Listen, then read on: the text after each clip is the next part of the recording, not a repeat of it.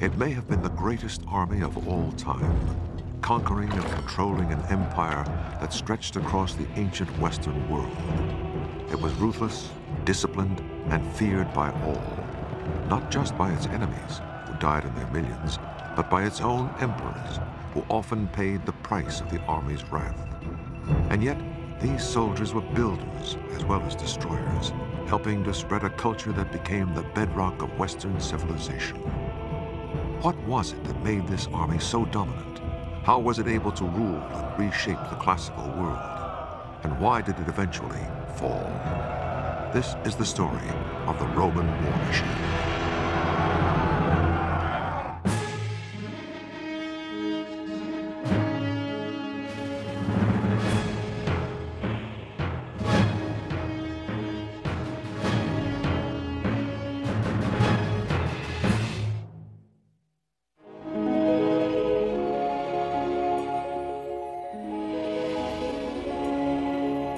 The glory that was Rome was built largely upon the power of its army.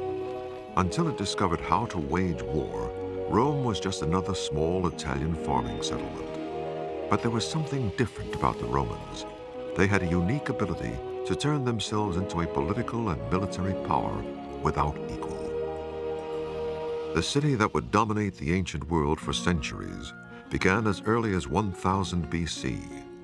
Archaeologists have found the remains of dwellings from that period on Rome's Palatine Hill, where many centuries later, the Roman emperors built their palaces. Early Rome was dominated by a neighbor, the Etruscans, from what is now Tuscany to the north. Etruscan kings took control of Rome around 600 BC and ruled it for a century before the Romans expelled them. Rome then began creating the political and military system we recognize today.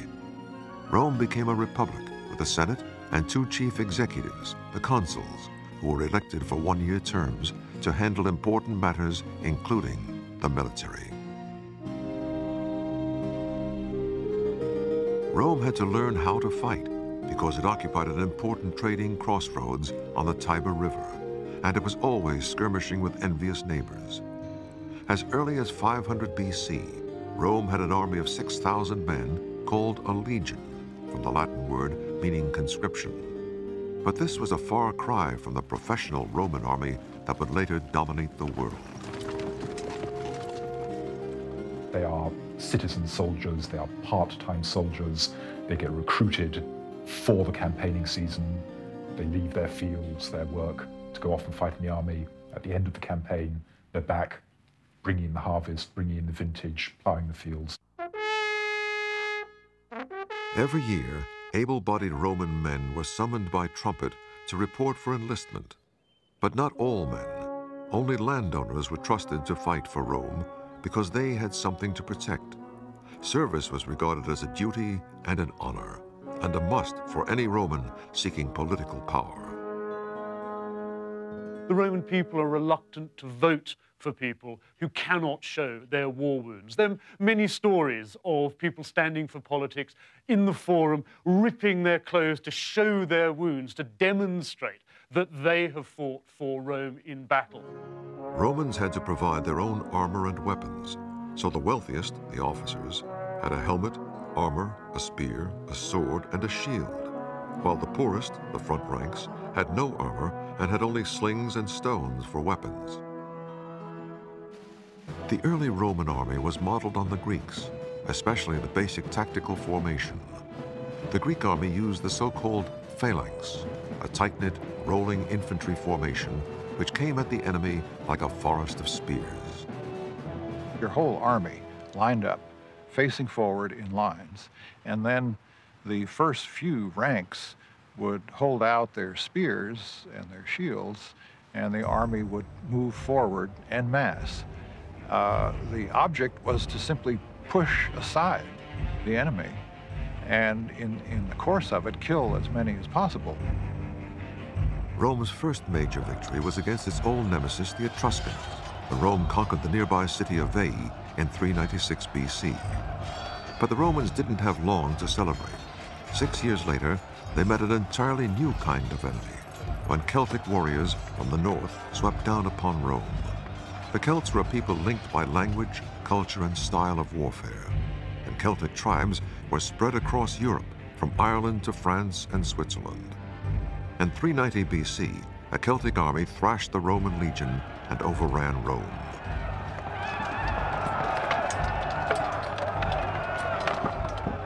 The Celtic method of fighting was very disturbing to them. The Celts simply ran at you with hundreds and thousands of men, yelling, shouting, banging on metal objects, blowing their horns. They really terrified the Romans.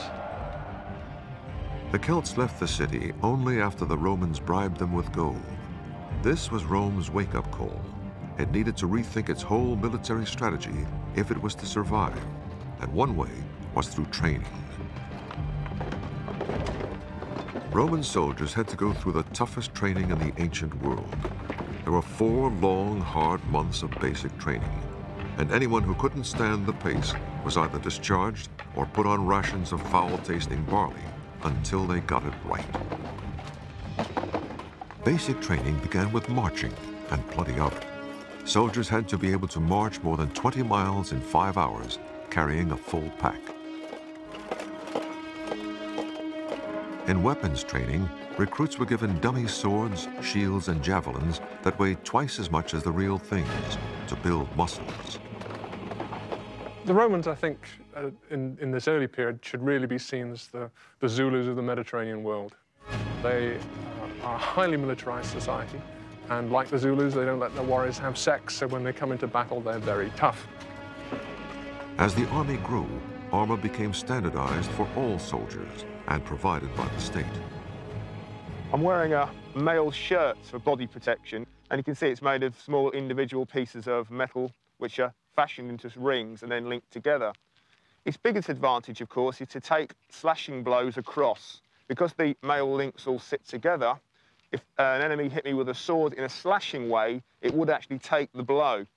The disadvantage of mail was that it doesn't, in fact, take a stabbing at all. If you stab through the mail, the point of the sword will actually pierce the rings.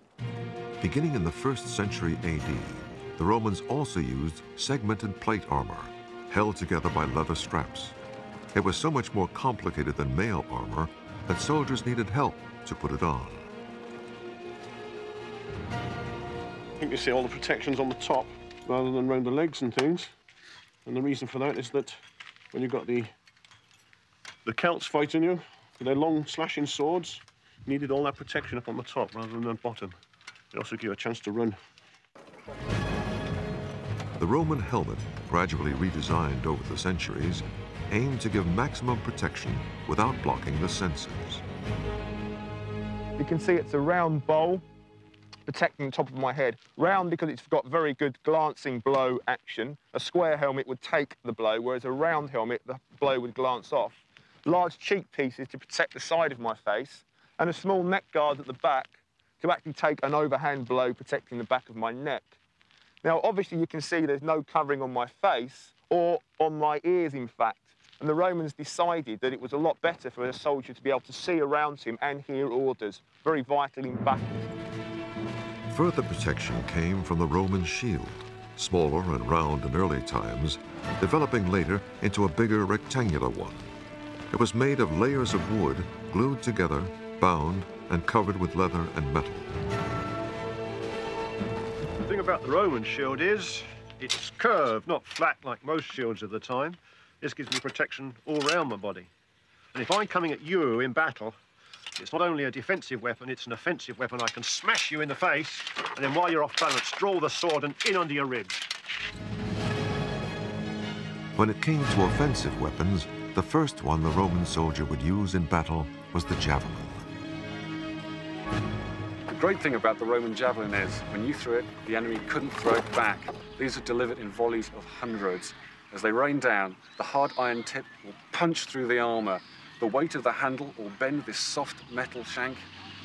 It'll be useless, you can't throw it back. Your shield is useless, you're probably hurt, you're in big trouble.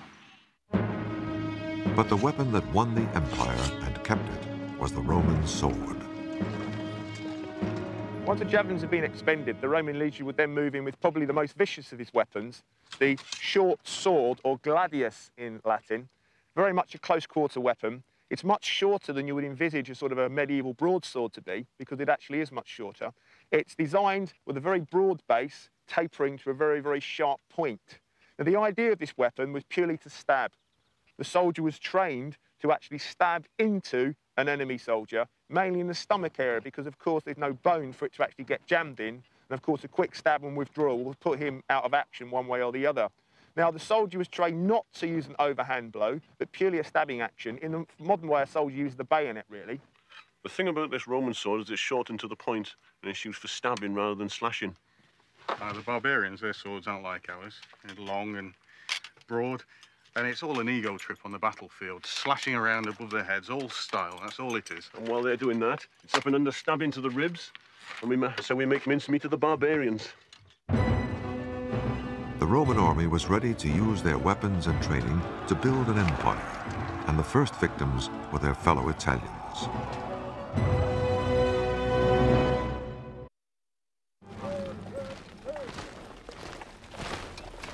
The basic unit of the Roman army was the legion, and over time it became highly structured. Eventually, the legion evolved into a unit of 4,800 soldiers. It was divided into 10 cohorts of 480 men each, which in turn contained 6 centuries. Not 100 men, as you might expect, but 80 soldiers. Each century had 10 groups of 8 men who shared a tent.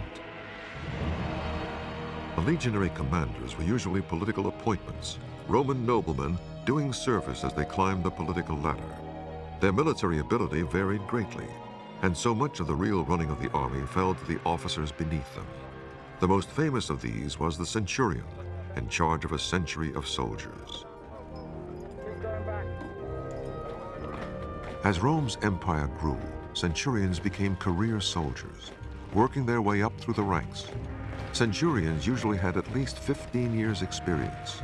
It was their job to train the men, discipline them, and lead them in battle. Because they'd seen so many campaigns, they understood the traditions of the army. They knew how the army could actually solve particular problems which it might encounter in future campaigns. So they were very much the living essence of the Roman legions. Well, I'm in the equipment of a Roman centurion. You can always immediately tell the centurion because his crest goes across his helmet. In this case, the crest is made of horsehair, though sometimes they were made of feathers. And if you've been given military awards, you can see they're worn on a harness on the chest. Centurions were career officers who took the term literally. Centurions never had to retire. We find some cases of people over 80 still serving. So this, of course, helps to secure uniformity of standards and training and so on throughout the empire. You see careers of these centurions who've been all over the place in their very long lifetime. Centurions could make a soldier's life hell. They demanded bribes to excuse soldiers from the less popular duties and used their vine staffs to deliver punishment. One centurion, Julius, was nicknamed "Give Me Another" for his practice of breaking his staff over soldiers' backs. He was later murdered by his own men. After its early defeat by Celtic warriors in 390 BC, the Roman army changed its battle tactics. It did away with the rigid phalanx formation it had borrowed from the Greeks and used smaller fighting units called maniples or handfuls, highly maneuverable groups of less than 150 men. This allowed the Roman army to operate more effectively, perhaps on rather rougher ground, but also it allowed them to move groups of soldiers around to the flanks and to the rear of enemy armies. While the basis of the Roman army was its infantry, the foot soldier, each legion also had an attachment of up to 300 cavalry. The Romans were not natural horsemen, so they adapted tactics and gear from their enemies, including the Celts. One example was the military saddle. The saddle on top of it is a very odd-looking beast to most people now. It doesn't look like a modern saddle at all. The most obvious feature are the 4 horns on it, and the 4 horns are there because of the thing that is obviously missing. There are no stirrups at all. The Romans didn't ride with stirrups. The saddle that developed after they'd fought with the Celts had these horns as a very significant feature. If you've got no stirrups, as I said, you can't lean out sideways very safely on a flat saddle. These horns enable you to do that. The saddle looks short compared to a modern saddle because the back horns press against your backside, the front horns go under your thigh, and you can lean out probably to about 45 degrees with relative safety. Part of the cavalry's job was to harass the enemy, and the riders carried special light javelins for that purpose. As you pass an enemy, you can lob several of them at them. They're not going to do a huge amount of damage, but your purpose isn't necessarily to do a lot of damage. It's to make the formation break up so that the infantry can get in and win. In battle, the cavalry lined up on the wings of the legions. The infantry formed 3 horizontal lines so they could take turns at being the front line until the battle was won. As the Romans formed up to start the battle, they banged their swords against their shields in a frightening drum roll until the order came to charge. As the two sides closed in on each other, the Roman front lines would launch their javelins, disrupting the enemy formation. The infantry would form wedges to break up the enemy lines and allow close-in fighting. That was when the short Roman stabbing sword would come into its own. The fighting itself might be only 20 minutes or so.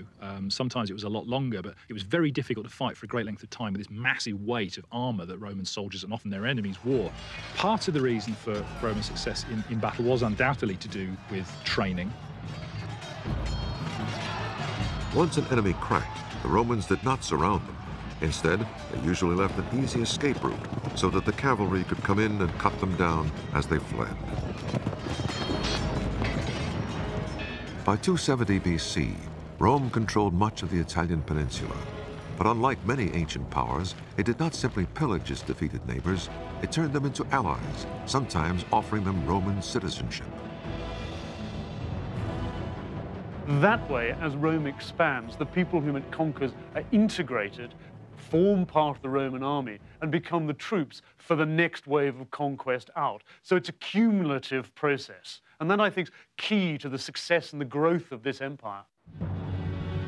Rome's expansion made a clash inevitable with Carthage, another Mediterranean superpower. And when that clash came, it would produce the most horrendous war the ancient world had ever seen.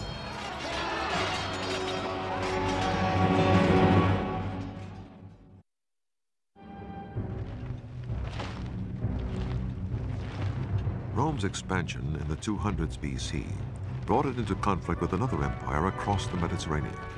The city of Carthage, in modern-day Tunisia, commanded an empire stretching across northern Africa. In 264 BC, Rome and Carthage began fighting over control of Sicily, where Carthage had colonies. Rome found itself at a disadvantage. Carthage had a great navy, and Rome had almost none. Rome began building one, but most of its soldiers had never sailed, so they practiced on dry land, pretending to row in unison to get a feel for it. And when it came time for the real sea battles, Rome had a trick up its sleeve. It developed a kind of gangplank called a corvus that hooked onto Carthaginian ships so that the Roman soldiers could board them, turning naval battles into more familiar land battles. And that way, Rome routed the Carthaginian fleet. Rome won Sicily, Corsica, and Sardinia, but Carthage did not accept the defeat. In 218 BC, Carthage hit back under one of the most feared warriors Rome would ever face, Hannibal. And this time, the target was Rome itself. Hannibal was a man clearly with tremendous determination, a great personal hatred of Rome, which he'd inherited from his family who'd fought the Romans before. And it's also very clear that he had great personal magnetism. Hannibal marched his army through Spain and France and across the Alps into Italy, accompanied by 36 elephants. Most of Hannibal's elephants died on the journey over the Alps. In fact, his elephants played absolutely no role in the subsequent campaign. Nevertheless, they represent the skill and boldness that Hannibal portrayed in coming over the Alps so early in the campaigning season and surprising the Romans. With the help of Celtic warriors who joined him on the way, Hannibal won early victories against Roman legions sent to meet him. Then, in 216 BC, came a major showdown at Cannae in southern Italy. Hannibal had about 40,000 troops, while the Romans and their allies had nearly twice that number. But Hannibal was a master tactician. When the Roman legions made their usual thrust towards his center, Hannibal let them advance, then encircled them. It was a disaster for the Roman army. Some 50,000 Romans and allies were killed. There was panic in Rome, with cries of Hannibal is at the gates. But Hannibal was never able to capture Rome, because Rome's ingenious policy of creating allies paid off once again. What defeats Hannibal is the fact that the Romans have got 8, 9, 10 times as many men able to be pressed into the army as Hannibal has got. And they can lose 50,000 men in a day. And they keep on fighting because they've got the manpower. And no other state in the ancient world could ever achieve anything like that. Rome practiced total war against Hannibal. As an emergency measure, it called up every available man, even slaves, and sent legions to Carthage-held Spain to stop supplies and reinforcements from reaching Hannibal. The wars on this scale are fights for survival, literally for survival. If you lose these kind of wars in the early period, your city is destroyed, your women and children are dispersed across the Mediterranean world. That's the end of it. All societies are destroyed if battles are lost. It took 15 years of fighting before Hannibal was forced out of Italy. He returned to Carthage to defend it against a counterattack by the Romans, who finally defeated Hannibal in 202 BC. But despite the victory, Rome maintained a paranoid fear of Carthage and provoked a third war in 149 BC. It took the Roman legions 3 years to breach Carthage's huge city walls, and then the Romans slaughtered unknown thousands of Carthaginians and sold 50,000 survivors into slavery. Finally, the Romans leveled the city, plowed it into the ground, and according to legend, sowed it with salt so that nothing would ever grow there again.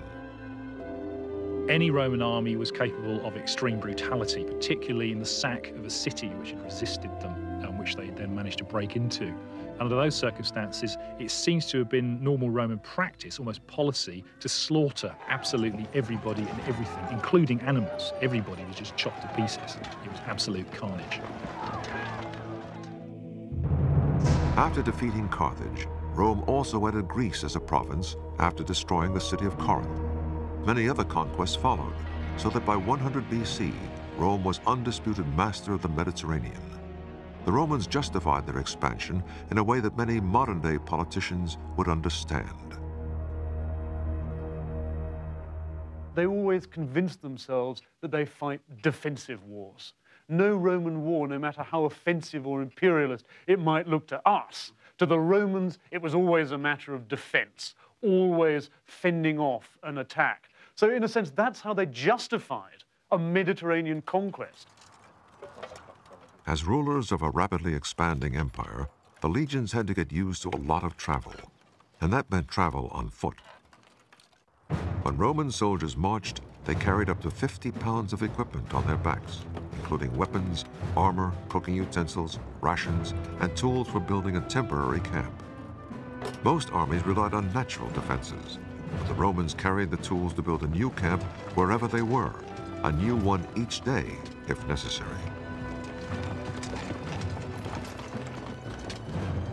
They dug a defensive ditch around the whole camp, 5 feet wide and 3 feet deep, then built a palisade with the stakes they carried with them.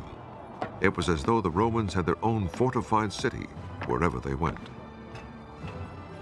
The primary purpose of a Roman marching camp is psychological rather than military.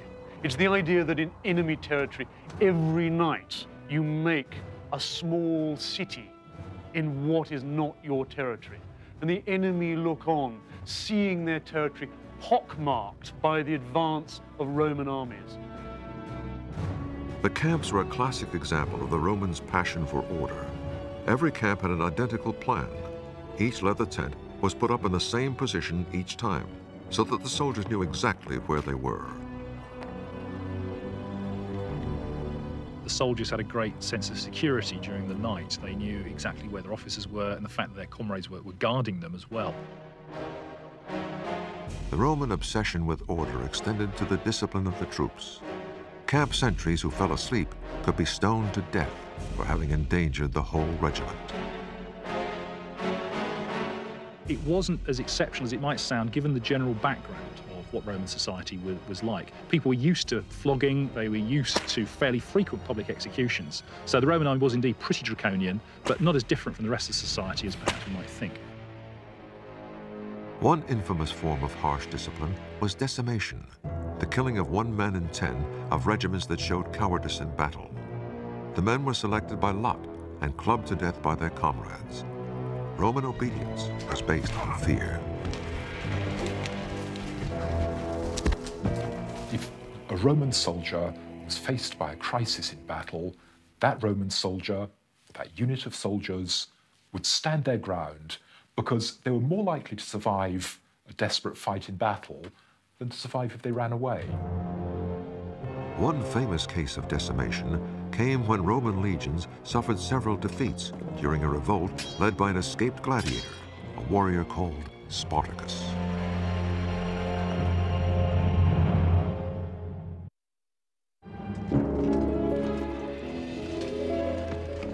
The Roman army was so busy conquering and building an empire on foreign soil that it had no standing army back home in Italy, and that left it open to surprise attack.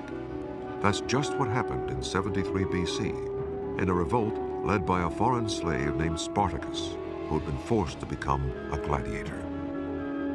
Conditions for all slaves were relatively cruel and brutal, and particularly for gladiators who were kept chained in barracks and were brutally treated. Spartacus led a revolt by fellow gladiators against their conditions and was soon joined in the uprising by slaves from the countryside. Millions of slaves were brought back into Italy, and a lot of them were prisoners of war, a lot of them were ex-warriors. And therefore, although many of them were kept in barracks and many of them were trained to be gladiators, they were a potential security risk. Because there were no legions stationed in Italy at the time, new legions had to be quickly raised and trained. But Spartacus and his men, using guerrilla tactics, defeated each legion sent to meet him, and his band remained at large in Italy for 3 years. The Roman Senate finally gave the nobleman Marcus Crassus the power to quell the revolt. To show he was serious, he began by decimating 2 of the legions that had lost to Spartacus, then raised 6 new legions and met the Spartans in open warfare. Their tactics were so unconventional. They refused to give battle until the very end in a conventional way. They confounded the expectations of the generals and the armies sent against them. In a sense, their mistake and what lost them their final battle was to behave like Roman soldiers, to fight a conventional pitched battle. Had they stuck to guerrilla warfare, their revolt might have been even more effective than it was. The legions defeated the rebel army and killed Spartacus, and then Crassus lined the Appian Way outside Rome with 6,000 crucified Spartans, a lesson to anyone who opposed Rome and her army. In the early days of the Roman army, soldiers were called away for only a few months at a time between spring and harvest. But the expanding empire meant long campaigns overseas, and for property owners, the only men eligible for the legions, military service became an ever-increasing hardship. By 100 BC, Rome had about 130,000 men in uniform. 1 Roman man in 8 was a soldier, and he was required to do up to 6 years of service in one stretch, and a maximum of 16 years over his lifetime.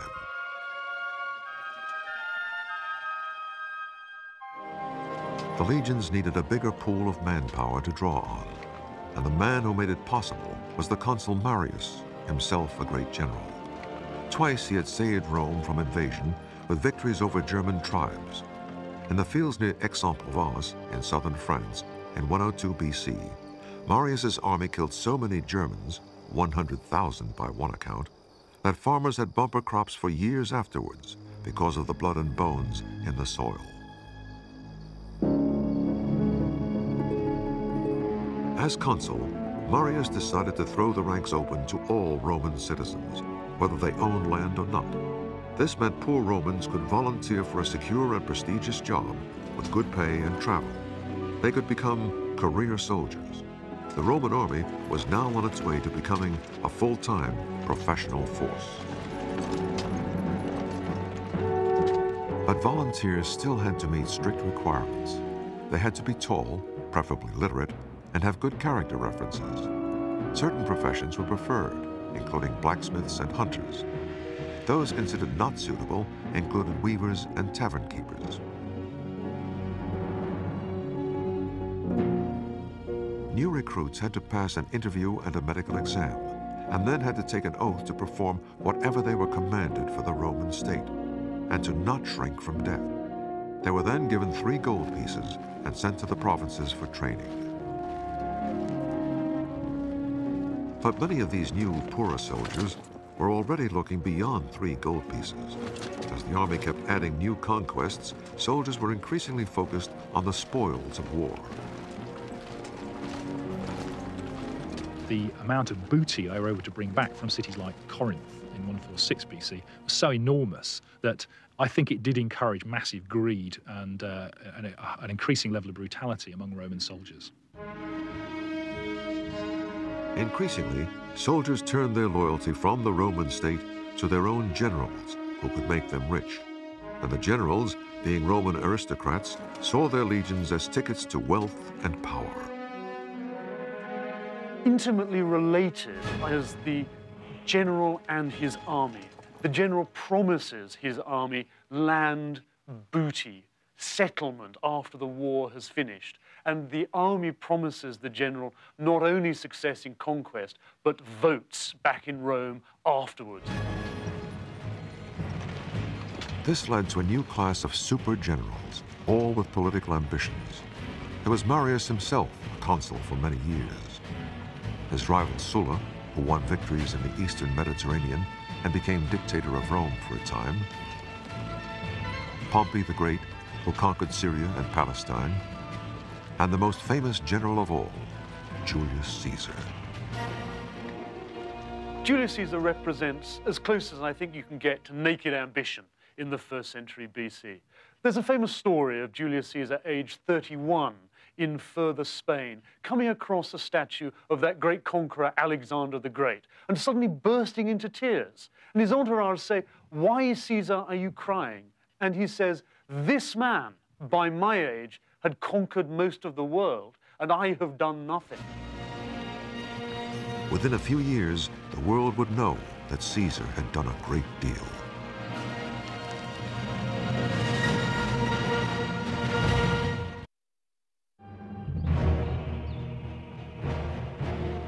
Of all Rome's great generals, none created more fame, bloodshed, loyalty, and hatred than Julius Caesar. He was a nobleman who worked his way up the political ladder and used his military command in Spain to pillage enough booty to buy votes in Rome. He was made a consul and formed a political alliance, the Triumvirate, with the rival general Pompey and Marcus Crassus, the richest man in Rome.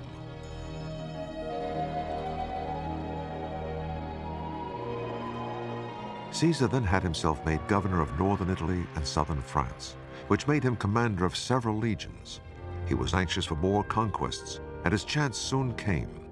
In 58 BC, a Celtic people, the Helvetii, asked Caesar's permission to migrate from Switzerland to western France, across Roman allies' territory in what was then called Gaul. Instead of agreeing, Caesar decided to attack. Caesar, of course, is a cynic. He needs a war, he needs the booty derived from that to finance his political campaigns. Before he goes on campaign in Gaul, he is deeply in debt. Gaul will provide the booty for repaying his creditors. Caesar sent 6 legions against the Helvetii, 360,000 men, women, and children. More than half the Helvetii were slaughtered, and the survivors forced to return to their homelands. It was a part of the political struggle at Rome in the late Republic. Pompey, his great rival, was Rome's best general. So Caesar, competing against Pompey, he has to be a better general. After dispatching the Helvetii, Caesar set after a German tribe that had crossed the Rhine and marched his troops 120 miles in 5 days to the Alsace region. Again, the Romans slaughtered thousands. Caesar then turned west towards Belgium and repeated the dose against the tribe there. Caesar's political foes in Rome decried his actions, but most Romans cheered him on because he was defeating Gauls, the very same Celtic people who'd sacked Rome in 390 BC. The Romans' fear of Celtic peoples, like the Gauls, was more than historical. It was also physical. Partly the sheer size of the Celts. The Italians were a fairly small people, and compared to them, the Gauls, for example, were absolutely enormous, sort of 6-footers, that the Italians weren't used to. For example, we're told that Julius Caesar was tall for a Roman. He was only 5'6". To the Romans, anyone who didn't speak Latin or Greek, such as the Celts, was looked down upon as a barbarian because the language sounded like sheep. Ba, ba. The Romans have a very particular view of themselves, and that is to see themselves as people who've developed the powers of the mind to control the body. Barbarians, on the other hand, are people who are led by physical desire, sex and drugs and rock and roll. They don't have a proper education, so they go for the nearest thrill. But the Celts that Caesar was fighting in Gaul were far from barbarians as we know the term. They lived in organized towns, like this reconstruction in France, and they were master ironworkers who probably invented the chainmail armor that the Romans adopted. And the Celts' artwork was anything but barbaric. It's still regarded as one of the great artistic traditions of Europe. As warriors, the so-called barbarians were no match for Caesar's well-trained legions. Celtic warriors did not fight as a unit. They fought for individual glory. The big men liked to show up dressed in fancy, shiny armor, stand at the front, and engage in warfare that was no doubt fairly brutal, but was fairly small scale. They couldn't plan total war in the way that the Romans could plan. They didn't have fully trained legions. They didn't have logistic backup.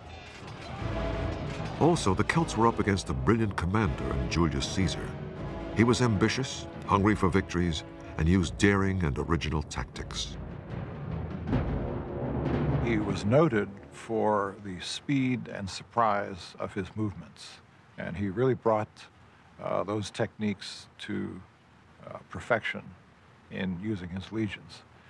On the other hand, he was a little reckless, part of his daring, and he often got himself into terrible scrapes. But he was so quick and so perceptive of the enemy's intentions that he was always able to get himself out. From the word go, he was prepared to adapt. I mean, coming up against the Germans for the first time in his first campaign, enormous numbers of cavalry, he had virtually none. No problem, he simply gets in horses and tells one legion, right, boys, you're all going to be cavalry. Suddenly has 5,000 cavalry. Caesar knew he asked a lot of his soldiers, and so he went out of his way to cultivate an intense loyalty from them. He didn't ask them to do anything that he didn't do, and he often dismissed his bodyguard and had his horse led away and actually stood in the ranks with the troops. And his troops were very loyal to him. Not surprisingly, these loyal soldiers were also becoming wealthy soldiers through booty and slaves. The spoils of war were often won through great brutality. Caesar himself boasted that his campaigns in Gaul left 1 million dead and 1 million enslaved. Caesar just carried out what I've called actually a big game hunt. He took his legions back and forth across Gaul, slaughtering troops pillaging towns, killing women, children. The Romans were terribly cruel on the Celts. Defeated enemies were often made into slaves. Slavery was tremendously important to Rome. 40% of the Italian population were slaves, the same percentage as the American South before the Civil War. Slaves are fundamental to Rome's war effort. Essentially, slaves free the Roman citizen to fight in the army. Without slavery, it would have been impossible for Rome so effectively to initiate these wars of conquest. Caesar's wars of conquest went on for 9 years.